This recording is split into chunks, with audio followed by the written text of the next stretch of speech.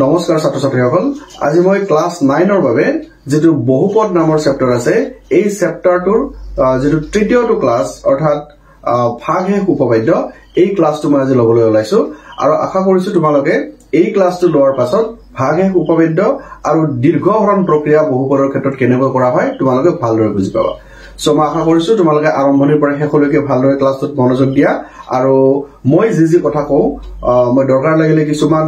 মানে সহজ ভাষাত কিছুমান টান বুলি ভাবা কথা মই সহজ ভাষাত ক'বলৈ চেষ্টা কৰিম আৰু তেনেকৈ তোমালোকে হয়তো এই হৰণগণিবিলাক ভালদৰে বুজি পাবা ঠিক আছে সো মই প্ৰথমতে তোমালোকক ভাগহেষ উপপাদ্যটো কোৱাৰ আগে মই দীৰ্ঘ হৰণ প্ৰক্ৰিয়া বহুপদৰ ক্ষেত্ৰত কিদৰে কৰিব লাগে তাক মই এটা ক'ব বিচাৰিছো তো ইয়াত তোমালোকৰ কিতাপত দিয়া আছে এটা উদাহৰণ লৈছো এই উদাহৰণটোৰ জৰিয়তে মই দেখাই দিম তো দীৰ্ঘ হৰণ প্ৰক্ৰিয়া মানে ধৰি লোৱা তোমালোকে 20 এই 20 টোক যদি তুমি ধৰা 6 ৰে হৰণ কৰিব লাগে এটো দীৰ্ঘ হৰণ প্ৰক্ৰিয়া বুলি ক'ব 6 ৰে আমি কি কৰিম যে ইয়াতে হৰণ কৰিম যে 6 3 গুণ 18 তাৰপিছত বিয়োগ কৰিব লাগে বাকি থাকিব আমাৰ 2 তো এনেকৈ আমাৰ হৰণ কৰাৰ ফলত যি ওলাব এই পদ্ধতিটো আমাৰ হ'ব দীৰ্ঘ হৰণ প্ৰক্ৰিয়া ইয়াতে এই 6 টো কোৱাব কি বুলি আমাৰ ভাজক বুলি ক'ব এটো কি বুলি ক'ব ভাগফল বুলি ক'ব এটো কি বুলি ক'ব ভাগহেষ বুলি ক'ব বা বাকি বুলি ক'ব আৰু এই 20 টো ক'ব কি বুলি ভাজ্য বুলি ক'ব যাক আমি কি বুলি কম যে এই যে ভাজ্য হেতু আজিকালি আমি কি বুলি লিখো px বুলি লিখো যত x মানে হৈছে সেই বহুপদটোত থকা চলক তাৰ পিছত এনেকৈ দীৰ্ঘ হৰণ কৰিলে ইয়াত কম আমি কি যে gx অৰ্থাৎ যাক আমি ভাজক বুলি কৈছিলো ইয়াত লিখিম কি qx যাক আমি ভাগফল বুলি কৈছিলো আৰু তলত লিখিম আমি rx যাক আমি ভাগহেষ বুলি কৈছিলো সো এইখিনি আছিল আমাৰ দীৰ্ঘ হৰণ প্ৰক্ৰিয়া যিখিনি আমাৰ তাৰ পজিশনস বিলাক এনেকৈ হ'ব সো এটা আমি কি দৰে এই হৰণ প্ৰক্ৰিয়াটো আমি সম্পন্ন কৰিব পাৰো তাক চাও ভালদৰে মই এটা উদাহৰণ লৈছো উদাহৰণটো এনেকুৱা যে দিয়া আছে px মানে ধৰা px = 3x to the power 4 minus 4x cube minus 3x minus 1 minus 1 দিয়া আছে কৈছে যে এইটো এই যেটো বহুপদ আছে এই বহুপদক তুমি x - 1 ৰে হৰণ কৰিব লাগে x - 1 ৰে হৰণ কৰিব লাগে তো আমাৰ এই যেটো আছে নহয় এইটো হল বহুপদটো তা আমি px বুলি ধৰিছো আৰু এইটো আমি কি বুলি কৰিছো আমি gx বুলি ধৰিছো তাৰমানে আমি px ক এই gx ৰে হৰণ কৰিব লাগিব মানে এইটো ধৰা 20 এইটো ধৰা 6 ৰে আমি 20 হৰণ কৰিব লাগে এই অলপ আগতে আমি যেটো দীৰ্ঘ হৰণ প্ৰক্ৰিয়া কৰিছিলো তেনেকৈ কৰিব লাগিব তো আমি এই যে px টো আছিল আমি কি কৰিব লাগিব ইয়াতে ভৰাই দিব লাগিব ইয়াত ভৰাই দিব আমি যে 3x to the power 4 minus 4x cube minus 3x minus 1 আৰু gx মানে কি আছিল x minus 1 তোমালোকে কথাটো লক্ষ্য কৰিবা কেতিয়াবা কি হয় মই দেখিছো বহুতো ক্ষেত্ৰত যেটো প্ৰশ্ন কাকতত যেটো প্ৰশ্ন দিয়া থাকে নাইবা তোমালোকৰ কিতাপখনত যেটো প্ৰশ্ন লিখি দিয়া থাকে নহয় লৰা ছোৱালী বিলাকে সেই কিতাপৰ পৰা বা প্ৰশ্ন কাকতৰ পৰা নিজৰ বহিটো তুলি লওতে কেতিয়াবা এই চিন বিলাকৰ বা এই ঘাট বিলাকৰ ভুল কৰি লিখে ধৰক কেতিয়া মাইনাস চিন দিয়া আছে ভুলতে প্লাস চিন দি দিলে ইয়াত দিয়া আছে 1 ভুলতে 2 লিখি দিলে মানে প্ৰিন্টিং মিস্টেক কি কয় এটো তোমাৰ পেন মিস্টেকে হোক বা যি হোক বা অবহেলাই হোক ইয়াৰ পৰা যদি চাই লিখতে ভুল হয় তেতিয়া কিন্তু কেতিয়াও শুদ্ধ উত্তৰ তোমালোকৰ নোলাব তো সাৱধান হবা এইটো লিখাৰ সময়ত যদি তোমালোকে কিতাপৰ পৰা ভালদৰে এবাৰ বা দুবাৰ চেক কৰিবলৈ লিখাতে ঠিক আছে ওকে এটা আমি কি কৰিব লাগিব 6 ৰে যেতিয়া আমি 20 হৰণ কৰিছিলো 6 নেওতাখন মাতিছিলো 6 গুণ 6 6 গুণ 12 6 গুণ 18 6 4 গুণ 24 তো আপনি 20 আছে গতে 24 হ'ব নোৱাৰে তো 6 বুলি কওঁতে বাৰু আমি নেওতাখন মাতিছো এনেকুৱা বহুপদৰ ক্ষেত্ৰত আমিতো কোনো নেওতা মাতাৰ প্ৰশ্ন উঠে তো কি কৰিম ইয়াত আটাইতকৈ দৰকাৰী বুজিবলগীয়া কথা কিছুমান আছে তোমালোকে ভালদৰে লক্ষ্য কৰা মই ভাবো এই হৰণ যেটো প্ৰক্ৰিয়া তোমালোকে একদম মই ডাঠি ক'ব তোমালোকে বুজি পাবা ঠিক আছে ওকে তো মই ধৰা আৰু এটা লগতে কথা ক'ব বিচাৰিছো তোমালোকে হয়তো অসমৰ বিভিন্ন স্কুলত তোমালোকে পঢ়া প্ৰত্যেক শিক্ষকে হয়তো নিজা নিজা ষ্টাইলত তোমালোকে শিকাব হয়তো কেতিয়াবা মোৰ কথাৰ লগত তোমাৰ এই শ্ৰদ্ধাৰ শিক্ষক গৰাকীৰ হয়তো বাক্য কিছুমান নিমিলিব পাৰে কিন্তু আমি প্ৰত্যেকই কিন্তু শিকাব বিচাৰিছো সেই একেই পদ্ধতিটো ঠিক আছে গতিকে হয়তো কেতিয়াবা তোমালোকৰ স্কুলৰ ছাৰৰ লগত আৰু মই কৰাৰ লগত কিছু কথা নিমিলিব পাৰে কিন্তু মনত ৰাখিবা যি পদ্ধতিত মই শিকাম ইয়াতে এইটো কিন্তু তোমালোকে কৰিলে নম্বৰ পাবা এইটো চিন্তা কৰিব নালাগে হয়তো কোৱাৰ অলপ ষ্টাইলটো বেলেগ হ'ব পাৰে ঠিক আছে এইটো ধৰি থাকিব নালাগে ওকে সো এইটোক আমি হৰণ কৰিব লাগে x - 1 এৰে তে যেনেকৈ আমি নেওতা মাতিম ইয়াত আমি আৰু সেই পদ্ধতিটো মানে নেওতা মাতাৰ কথাটো পাহৰি গলো কাৰণ ইয়াতে আমি তেনেকুৱা কোনো সংখ্যা নাই নেওতা মাতিবলৈ ইয়াত কি দেখিছো যে ইয়াতে এটা দুটা তিনটা চাৰিটা পদ আছে এই যেটো বহুপদ আছে না ইয়াত চাৰিটা পদ আছে এইটোত কিমান আছে পদ এইটো বহুপদত কেইটা আছে দুটা পদ আছে ওকে এই যেটো বহুপদ px আছিল ইয়াত মাত্ৰা কিমান জানানে মই আগৰ ক্লাছত কৈছিলো নহয় মাত্ৰা কিমান হ'ব চোৱাছো ইয়াৰ কোচত কিমান আছে 4 আছে 3 আছে 1 আছে হয়নে গতিকে যাৰ 4 আছে হাইয়েস্ট পাৱাৰ যেটো আছে হেইটোকে কোৱা হয় মাত্ৰা বুলি ইয়াৰ মাত্ৰা কিমান ইয়াৰ মাত্ৰা হৈছে 1 গতিকে আমি মনত ৰাখিব লাগিব হৰণ কৰি থাকোতে এই মাত্ৰাটোৰ ওপৰত কিনো লক্ষ্য ৰাখি থাকিব লাগিব ওকে তো এতিয়া চোৱা 3x⁴ 4x³ - 3x - 1 এনেকে কোতে তোমালোকে আৰম্ভণিতে কথা এটা মনত ৰাখিবা এই যে গ্ৰেজুৱেলি ডিক্ৰিজিং অৰ্ডাৰত যে মাত্ৰাবিলাক অসূচকবিলাক লিখিছো এটো 4 3 এই দুইটো মিসিং হৈ আছে ইয়াতে আৰু একটো আছে এই দুইটো যে মিসিং হৈ আছে নহয় কিবা কাৰণত যদি আমি অৰ্থাৎ x² যদি আমি টাৰ্মটো লিখিব লগা হয় তেতিয়া ইয়াৰ কাৰণে এটা জায়গা নাথাকিব গতিকে আমি কি কৰিম জানেনে তোমালোকে আৰম্ভণি অৱস্থাতে এইটো ইয়াতে এটা প্লাস বা মাইনাস দি ফেলে 0 লিখি দিবা +0 বা -0 কোনো কথা নাই তাৰছত কি থাকিল -3x - 1 এই কামটো কৰিলে তোমালোকৰ সুবিধা হ'ব কাৰণ আমি পাইয়ে যাব মানে x² টাৰ্ম এটা সেই x² টাৰ্মটো লিখিবলৈ যেটো আমাৰ মাজত কোনো জায়গা নাই আমি জায়গাটো এৰি থৈ দিছো এটো কোনো ধৰণৰ ডাঙৰ কথা নহয় ওকে এতিয়া চোৱা প্ৰথম যেটো টাৰ্ম বা পদ আছে 3x⁴ তোমালোকে ইয়াতে 3x⁴ মিলাবই লাগিব এইটোৰ তলেৰে প্ৰথম যেটো পদ থাকিব তাৰ তলেৰে সেম পদ এটা বহিবই লাগিব এইটো ইয়াৰ নিয়ম এটা বহাব লাগিলে আমি ওপৰত এনেকুৱা কি বাৰ দিম যেটো বাৰ দিলে ইয়াতে 3x⁴ হ'ব ওকে মই ওপৰখালি অকমান মুছি দিছো যাতে এই লিখিবলৈ সুবিধা হয়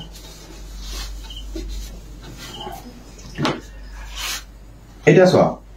তোমালোকে যদি ভালকে জানা নিজে মাতি লিখিব পাৰি কিন্তু মই একেবাৰে সহজকৈ কৈ দিছো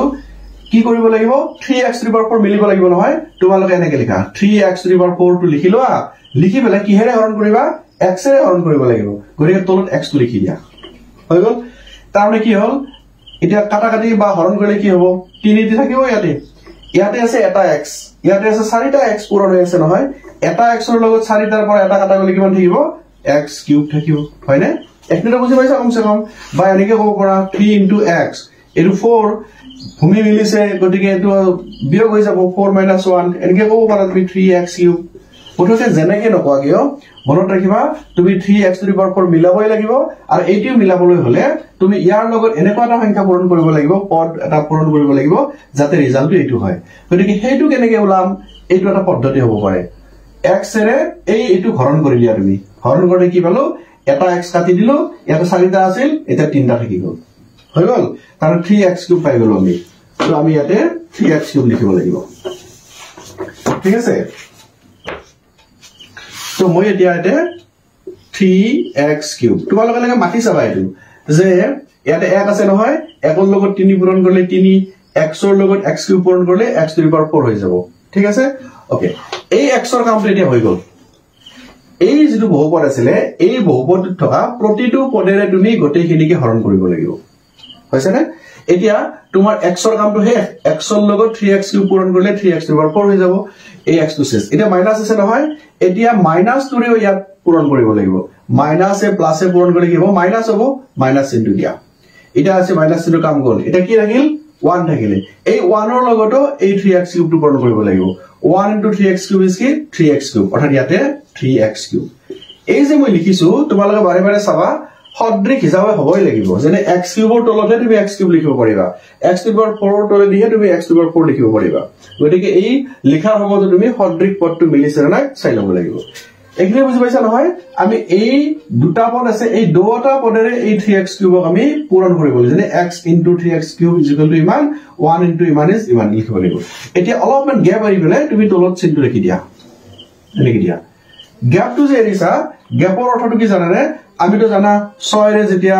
20 হৰণ কৰিছো 3 বাৰ 18 এটা কি কৰিছিলো বিয়োগ কৰিছিলো আমি সেই বিয়োগটো ইয়াতে কৰিব লাগিব কেনেকৈ বিয়োগ কৰিম আমি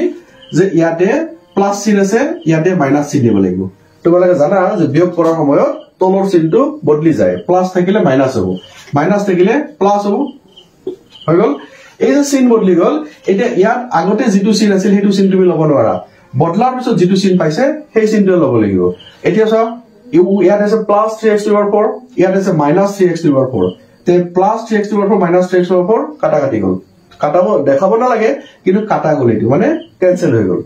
এতিয়া সব ওপৰত আছে -4x কিউব তলত আছে +3x কিউব দুইটা যেটো বেলেগ বেলেগ চিন হৈ গল তেটা ডাঙৰ সংখ্যাটো সোৱা 4 ডাঙৰ নে 3 ডাঙৰ 4টো ডাঙৰ তেলে ডাঙৰৰ চিনটো আমি লব লাগিব মাইনাস হিচাপে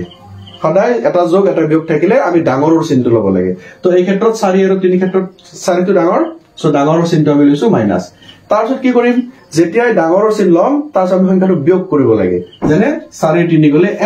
1 টো নিলিখিলে হ'ব গতিকে ইয়াতে থাকিব x কিউব এখানে কি বুঝি পাইছা আৰু এইফালে একো নাই সব নমাই দিয়া এটো ইয়াতে +0 বুলি লিখি দিয়া -3x +1 সৰি -1 হৈ গল এতিয়া আমি কি কৰিম ওপৰৰ এটো কাম হৈ গল এতিয়া এটা নতুন কি এটা এই লাইনটো যেনেকুৱা আছিল এইটো এটা নতুন লাইন হৈ গল প্ৰথম পদটো কি আছে -x³ আছে তাৰনে তুমি ইয়াতে এটা -x³ বনাবই লাগিব সদায় প্ৰথম পদটো মিলাই যাব লাগিব আমি সো -x³ টো বনাব লাগিব এতিয়া আমি ইয়াতে কিমান বাৰ দিম যাতে ইয়াতে ৰিজাল্ট -x³ হ'ব তুমি কি কৰা প্ৰথমতে সো ইয়াত কি চিন আছে মাইনাস চিন আছে ইয়াত কি চিন আছে সো প্লাস চিন আছে প্লাসৰ লগত কি চিন দিলে মাইনাস হ'ব নিশ্চয় মাইনাস হ'ব কাৰণ প্লাসে মাইনাসে মাইনাস চিনটোৰ কাম হে হৈ গল ইয়াতে কি আছে x³ আছে ইয়াতে কি আছে x আছে তুমি x³ ক x এৰ হৰণ দিয়াছো কি হ'ব ইয়াতে এটা x এটা তিনটা x এটা কাটি দিলে কি হ'ব ইয়াতে তিনটা আছিল ন এটা কাটা গল দুই থাকিল তানে কি থাকিব এতে x² থাকিব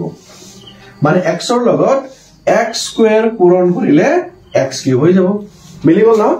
তাৰমানে আমি মিলাব খুজিছো কি x³ টো মিলাব খুজিছো লগত মাইনাস চিনটো গতিকে plus into minus is minus x into x² is x³ হৈ গল এটা x ৰ কাম শেষ এটা মাইনাস লৈকে আহা এই 3x³ নাভাইবা কিন্তু ইয়াৰ কাম অলৰেডি এই লাইনটোতে শেষ হৈ গল এফালে নাচাবাই তুমি আমি এই মাইনাসটো লক্ষ্য কৰি থাকিব লাগিব এটা সো এটা মাইনাস আছিল so minus into minus is plus code বহাম প্লাস টো অলপ ৰখা তুমি প্লাস বহাম কোড বহাম চাবা ইয়াতে আছে 1 ইয়াতে আছে x² 1 into x² is কি x² হ'ব ইয়াত যত x² আছে তাৰ তলতে বহাব লাগিব কাৰণ সদৃশ হ'ব লাগিব ইয়াত x³ আছে গতিকে x³ অলৰেডি লিখা হৈ গল ইয়াত x আছে আমি তো লিখিব নোৱাৰো ন গতিকে আমি কি কৰিব লাগিব এটা মাইনাস প্লাস x² হৈ যাব হৈ গল ওকে সো এতিয়া আমি কি কৰিম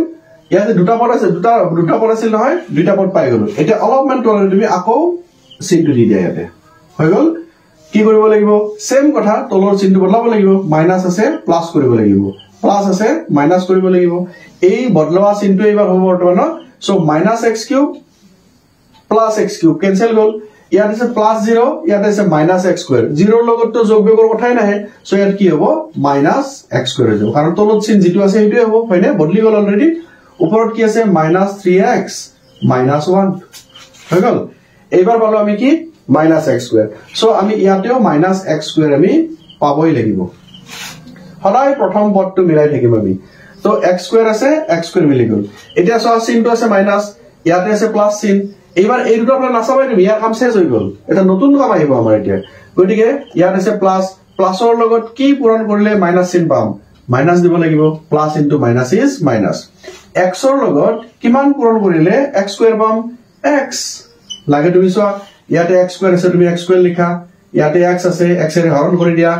এটা আছে এটা দুটা আছে এটা কাটা কাটি গল কি থাকিল এটা থাকিল গতিকে ইয়াতে কি হ'ব x into x is x² ইয়াৰ কাম শেষ এ মাইনাস আহিল মাইনাসে plus 1 into x is x আছে না এটা কি কৰিম আমি চিন বদলাই দিম মাইনাস আছে প্লাস কৰি দিম প্লাস আছে আমি মাইনাস কৰি দিম হৈ গল গতিকে -x² +x² ক্যান্সেল আৰু এবাৰ আছে ওপৰত আছে মাইনাস তলতো আছে মাইনাস দুটা যদি চিন মাইনাস থাকে চিনটো মাইনাসই হ'ব আৰু সংখ্যাটা কি হৈ যাব যোগ হৈ যাব 3 1 4x এটো জানা চাগে ন দুটা চিন যদি একে থাকে যে মাইনাস যদি থাকে চিনটো হেতুৱে হ'ব কিন্তু সংখ্যা দুটা যোগ হ'ব মানে 3 1 4 হৈ গল -1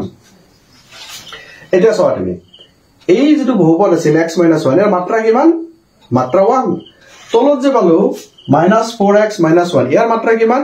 মাত্ৰা ইয়াৰো 1 মনত ৰাখিবা আমি মাত্ৰা সমান হোৱালৈকে হৰণ কৰিব পাৰো তাতকে যে সৰু মাত্ৰা হৈ যায় হৰণ কৰিব নোৱাৰো ইয়াতকৈ সৰু মাত্ৰা পালে আমি হৰণ কৰিব নোৱাৰো এবাৰ কিন্তু পাৰিম কাৰণ মাত্ৰাটো একেই আছে ডাঙৰ থাকিলেতো পাৰিমে আমি কিন্তু আমি সৰু থাকিলেও পাৰিম এটা কি হ'ব আমাৰ -4x আছে আমি -4x মিলাব লাগিব মোৰ জাগা লব সুবিধা হৈছে অলপ সৰুকে লিখিছো সো -4x মিলাব লাগিব তে ইয়াত কি হৈছে এতিয়া আমাৰ মাইনাস চিন আছে ইয়াতে প্লাস আছে প্লাসে মাইনাসে মাইনাস হৈ গল x ৰ লগত কিমান পূৰণ কৰিলে 4x হ'ব তাৰমানে তুমি ইফালে 4x লিখা তলত x এৰে হৰণ কৰি দিয়া x কাটা গেল কি থাকিল 4 থাকিল তাৰমানে x ৰ লগত 4 পূৰণ কৰিলে 4x হৈ যাব হৈ গল এটো